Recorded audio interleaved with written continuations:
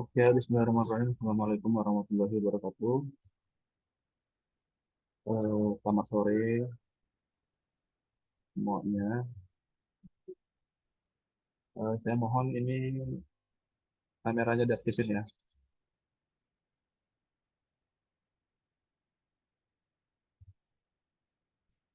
Suara saya kedengaran ya.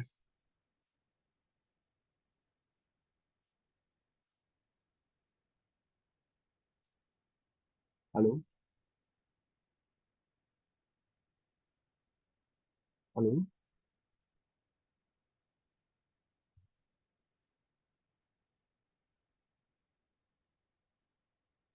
Oke, baik. Jadi eh, pembahasan kita hari ini itu adalah terkait dengan beberapa poin ini ya. Ada 5 poin yang akan kita bahas pada sore ini. Pertama itu adalah lingkungan bisnis dan organisasi.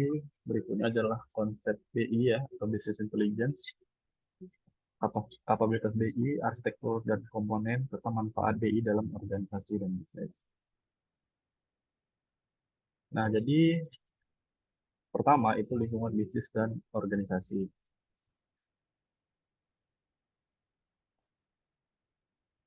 Jadi bisa dibaca di sini seperti di deskripsi ya. Dinamika perubahan ini mau tidak mau memaksa organisasi bisnis untuk beradaptasi agar bisa mempertahankan kelangsungan organisasinya. Ada banyak faktor yang mempengaruhi perubahan lingkungan bisnis organisasi. Globalisasi atau modernisasi itu merupakan salah satu faktor penyebab perubahan ini. Globalisasi terjadi ketika perbedaan jarak waktu di dunia ini menjadi semakin kabur, sehingga hampir tidak ada batas yang membedakan antara negara.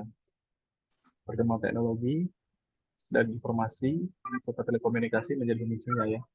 Jadi karena perkembangan teknologi yang semakin masif, terutama teknologi informasi, membuat jarak antara geografis ya, jarak geografis antara satu tempat atau satu negara ke negara lain itu semakin tidak ada. Akhirnya kita bisa mengakses satu informasi yang berbeda jarak uh, geografis ya. Contoh kita mau akses informasi dari luar negeri gitu ya, kita bisa akses langsung real time. Nah, keadaan ini yang membuat kita atau organisasi ya atau organisasi bisnis dan lain sebagainya yang sifatnya menjalankan kegiatan bisnis ya, itu mau tidak mau harus beradaptasi agar bisnisnya supaya terus eksis dan bertahan ya, dan mungkin harus berkembang juga. Jadi itu yang latar belakang ini ya. Berikutnya adalah kompetisi antar perusahaan dalam satu industri menjadi semakin ketat karena efek globalisasi tadi. Jadi kompetitor itu tidak hanya datang atau berasal dari satu negara atau satu regional aja, melainkan banyak negara bisa berdagang atau bisa eh, mengakses informasi eh, yang bukan di negaranya. Contoh misalnya kita mau, itu yang sederhana, kayak kita misalnya akses yang namanya media-media pembelajaran seperti udemy.com. Nah, itu kan kita bisa akses informasi dari mana aja dari seluruh dunia gitu ya, tanpa memandang suku, ras, budaya maupun jarak geografis.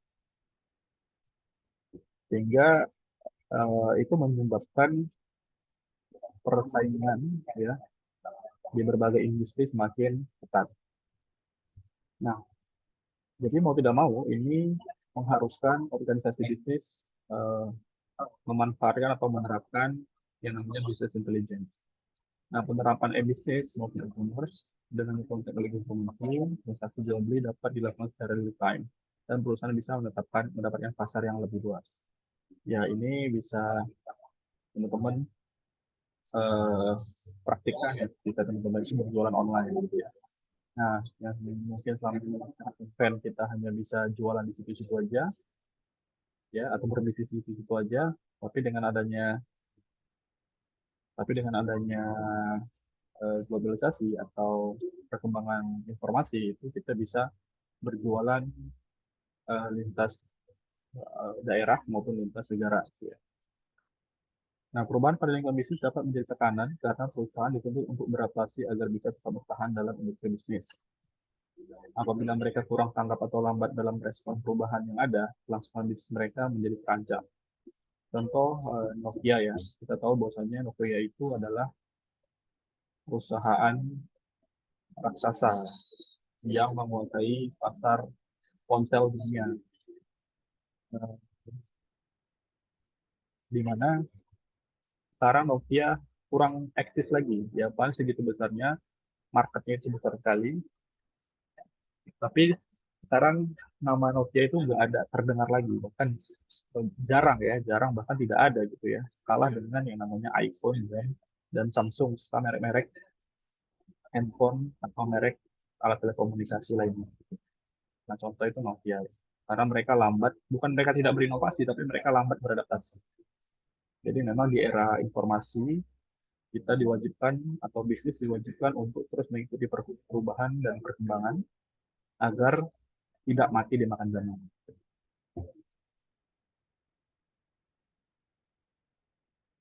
Nah, ini berikutnya ya, faktor pengubah lingkungan bisnis dan respon organisasi.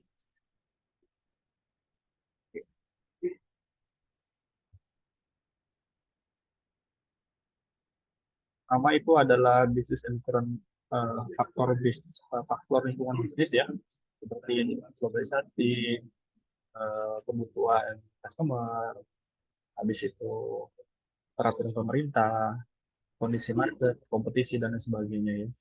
Itu menyebabkan yang namanya tekanan, tekanan dan kesempatan.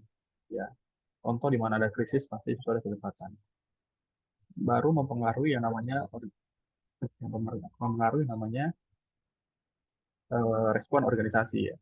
Ini menyebabkan strategi partners collaboration atau kolaborasi strategi kolaborasi partner ya, mitra ya, sehingga bisnis itu atau organisasi bisnis lebih banyak berkolaborasi dengan partner-partnernya atau partnership, utang responsibility, increase productivity, ya, menambah produktivitas, menambah vendor baru, ya, serta menambah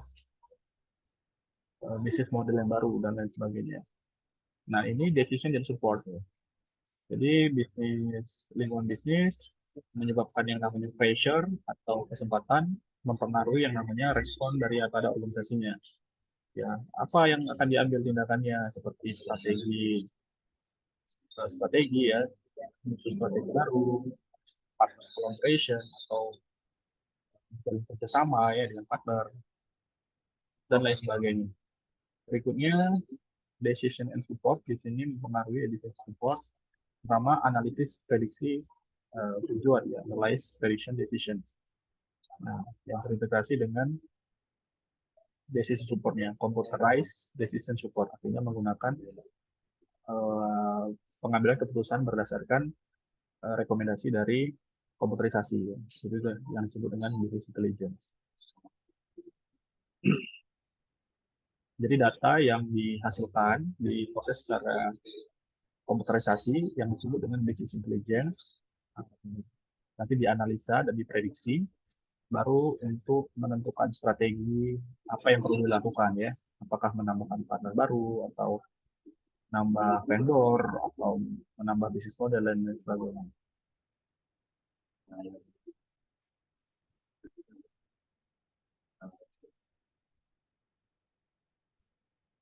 Nah, jadi uh, ini contohnya ya, contohnya itu adalah smartphone ya, smartphone itu yang dulunya handphone itu digunakan hanya untuk berkomunikasi, telepon dan SMS, sekarang sudah banyak fungsinya ya. Karena apa? Karena kebutuhan daripada era globalisasi ya, percepatan teknologi, percepatan perkembangan teknologi informasi. Sehingga kita sekarang sangat bergantung dengan yang namanya smartphone. Mungkin teman-teman semua dalam berbagai aspek itu sangat bergantung dengan handphone, dengan handphone. Bahkan ya kalau saya pribadi itu handphone itu adalah main device-nya saya ya. Jadi kalau nggak ada handphone ya agak sulit untuk bekerja, akan sulit untuk mencari cuan ya. Jadi itulah gunanya smartphone tadi contoh ya. Berikutnya, lingkungan bisnis organisasi. Oleh sebab itu, perusahaan sekarang ini harus bisa cepat merespons setiap perubahan yang terjadi pada lingkungan bisnis. Manajemen sebagai pengambil keputusan harus bisa merespons perubahan tersebut dengan reaktif, antisipatif, adaptif, dan proaktif. Ya, jadi mereka tidak boleh hanya bersikap pasif dan pada akhirnya telat untuk bereaksi atau mengambil keputusan. Ya, jadi semakin berkembangnya teknologi, kondisi pasar, ya, itu diharapkan kepada manajerial eh, di satu perusahaan harus mengambil keputusan-keputusan yang tepat. Yang pada hal ini, ya, business intelligence itu fungsinya adalah memberikan atau menyajikan data-data kepada pihak manajerial, pengambil keputusan agar bergerak, ya, reaktif, antisipatif, adaptif, dan proaktif berdasarkan data yang nanti datanya akan disajikan.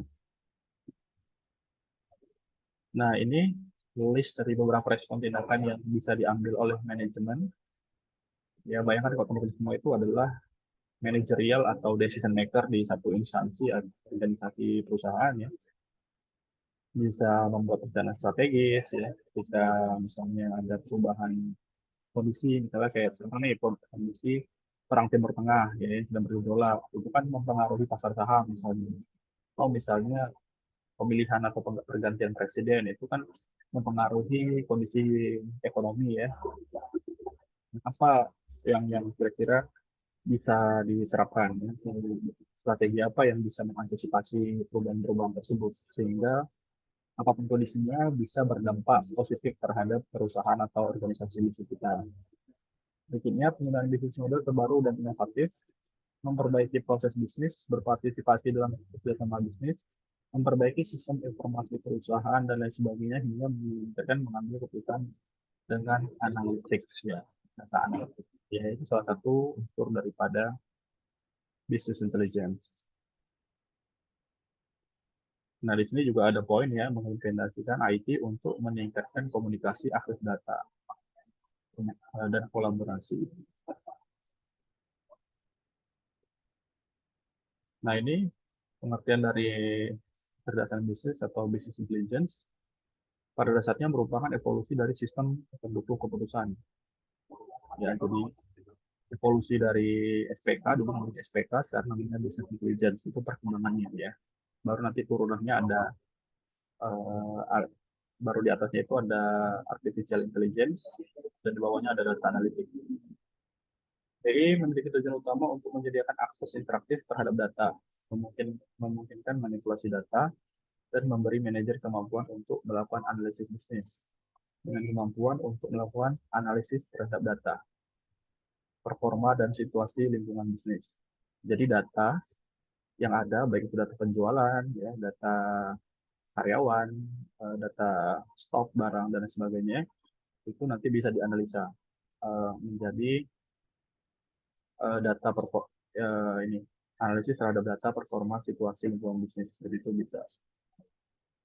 Maka manajer dapat melakukan pengambilan keputusan yang lebih baik secara umum. BI adalah sebuah payung istilah yang mengkomunikasikan berbagai arsitektur teknik analitik, tools, aplikasi, dan metodologi yang mungkin kemudahan akses terhadap data untuk membantu manajer melakukan analisis bisnis.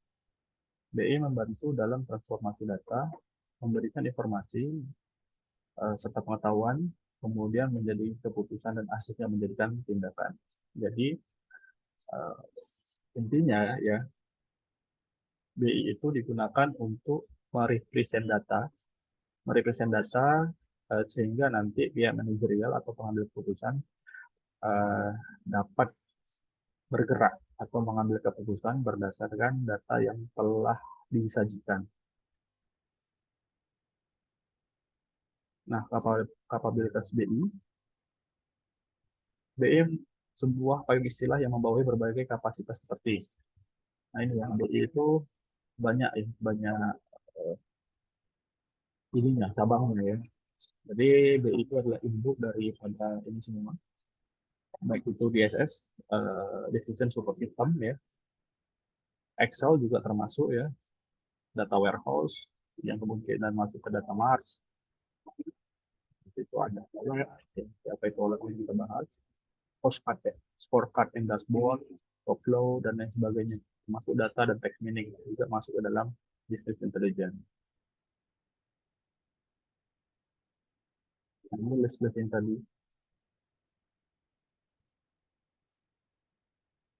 Nah, sejarah BI ya. BI diciptakan oleh Gartner Group pada pertengahan 90-an. Namun konsep ini juga sejak lama, sudah ada sejak lama ya. Jadi ini revolusinya, pelaporan MES, sistem informasi eksekutif, tahun 90-an namanya OLAP Indonesia Dimensi, pelaporan ad hoc, mulai dari BI. Nah, 2005 masukkan AI, 2005 hingga sekarang itu masukkan AI dan data, test mining berbasis web portal dan kontrol panel. Jadi ini timeline-nya ya. Tahun 70-an namanya MIS Reporting, tahun 80-an namanya Executive Information System, tahun 90-an disebut dengan OLAP atau Dynamic Multidimensional Ad Hoc Reporting. Nah, jadi tahun 90-an inilah istilah BI diciptakan hingga tahun 2000-an, ya 2005 hingga sekarang, penggunaan AI dan data text mining web-based portal atau dashboard. Nah, arsitektur dan komponen BI. Ada namanya data warehouse yang merupakan sumber data dari BI. Ada namanya business analytics dengan kumpulan tools untuk manipulasi, mining, dan menganalisis data warehouse. Ada juga business performance management digunakan untuk monitoring dan menganalisis performa bisnis. Ada UI atau user interface untuk menyampaikan informasi pada pengguna. Atau ya contohnya itu adalah dashboard ya.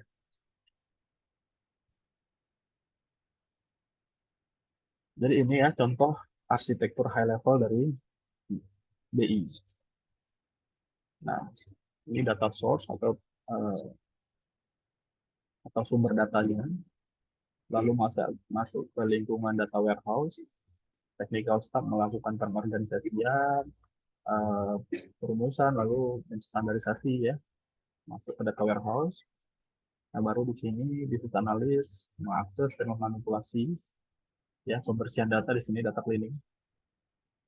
Nah, hingga nanti ujung-ujungnya akan disajikan dalam bentuk user interface, baik itu dalam bentuk browser, portal, ataupun dashboard. Nah, ini manfaat BI dalam organisasi bisnis.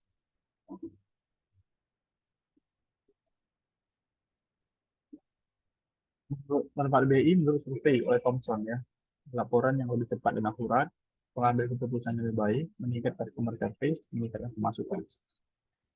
Jadi ini ada peringkatan atau tujuan ya yang paling besar. Yang pertama itu adalah laporan yang lebih cepat dan akurat. Ya, karena kita cerita decision maker, maka yang diperlukan adalah laporan yang lebih cepat dan akurat. Sehingga decision maker atau pengambil keputusan itu bisa mengambil keputusan dengan cepat.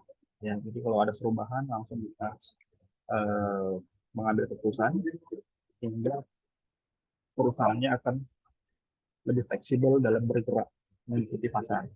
Ya, pengambilan keputusan yang lebih baik ya tentu saja karena tujuan dari bisnis intelligence adalah menghasilkan data sehingga keputusan-keputusan diambil bukan berdasarkan prediksi perasaan semata ya, tapi memang berdasarkan data.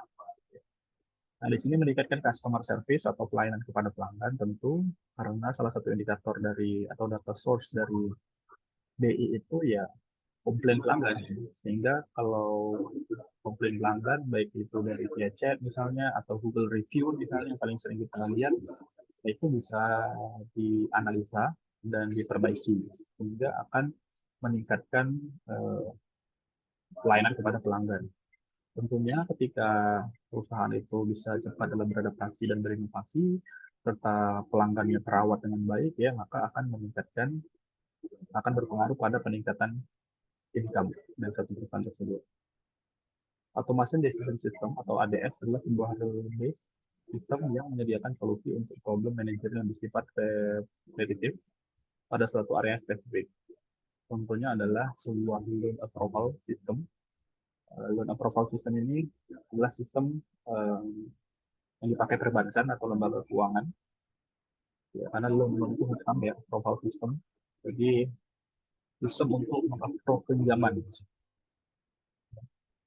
DS awalnya muncul pada industri penerbangan yaitu revenue optimization.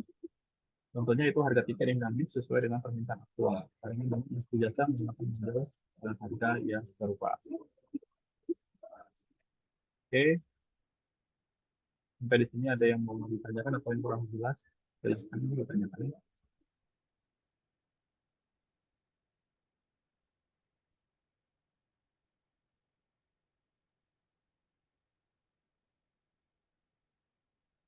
Kira-kira.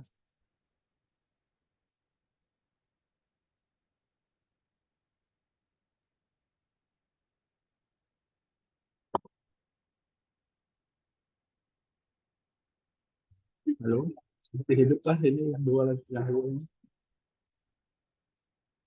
Ada yang mau ditanyakan atau ada yang kurang jelas?